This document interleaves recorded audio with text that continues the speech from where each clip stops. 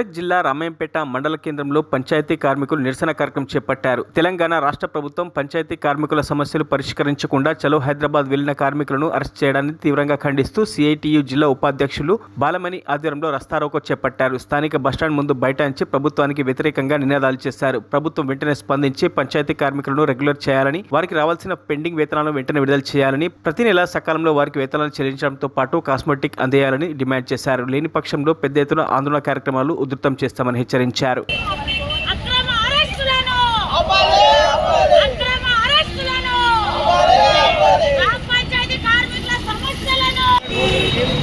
నిన్న రాష్ట్ర వ్యాప్తంగా గ్రామ పంచాయతీ కార్మికుల సమస్యలను పరిష్కారం చేయమనంటే ఈ ప్రభుత్వము అరెస్టులు చేసి మరి లోపల పెట్టడం ఇది కరెక్ట్ కాదు. నేను సిఐటిగా దీన్ని ఖండిస్తున్నాము. కార్మికులకు స్వేచ్ఛ లేదా అని చెప్పి ఈరోజు అడుగుతున్నాం. వాళ్లకు 4 నెలలు అవుతుంది జీతాలు లేక, సబ్బులు లేవు, సరుకులు లేవు. పొద్దున లేస్తే సాయంత్రం దాకా మురికి పని చేస్తున్నారు. వెంటనే ఈ అరెస్టులను ఆపాలి, వెంటనే జీతాలను వెంటనే గవర్నమెంట్ ఇవ్వాలని చెప్పి ఈరోజు రామాయంపేటలో మరి రాస్తారోకో వేసినాము.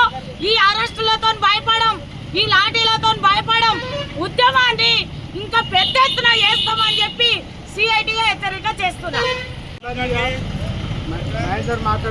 నిన్న జరిగిన ఇందిరా పార్కుల అరెస్టుల కోసం వాళ్ళ గురించి పోరాడుతూ మాకు గత 4 నెలల నుంచి ప్రభుత్వం వేతనాలు చెల్లించడం లేదు. మేము ఒక్క కోసం మాకు మేము గరీబు పరిస్థితులు ఉన్నాము. మేము ఎంతో పని చేసినా చేయడం లేదన్నట్టు కార్మికులు సబ్బులు, సరుకులు, వేతనాలు, మాకు కావాల్సిన సౌకర్యాలు ఏవీ లేవు. ఎంపీడీఓ గారు కానీ మాకు పడతాయి జీతాలు ఎక్కడ అంటే పడతాయి, వేతనాలు ఇక పడతాయి, రేపు పడతాయి, 4 రోజులు పడతాయి అంటూ పెంచుతూ మాకు ప్రభుత్వము మమ్మల్ని దృష్టికి తీసుకోవాలి. కార్మికులు అంటే ఒక చులుకగా తీసుకుంటున్నారు. కార్మికులు అంటే ఎందుకు మమ్మల్ని చులుకగా తీసుకుంటున్నారు?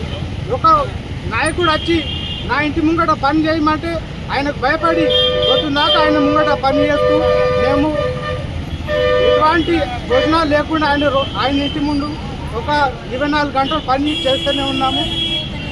ప్రభుత్వానికి మరిన్ని అప్డేట్స్ కోసం మా ఛానల్ని సబ్స్క్రైబ్ చేయండి.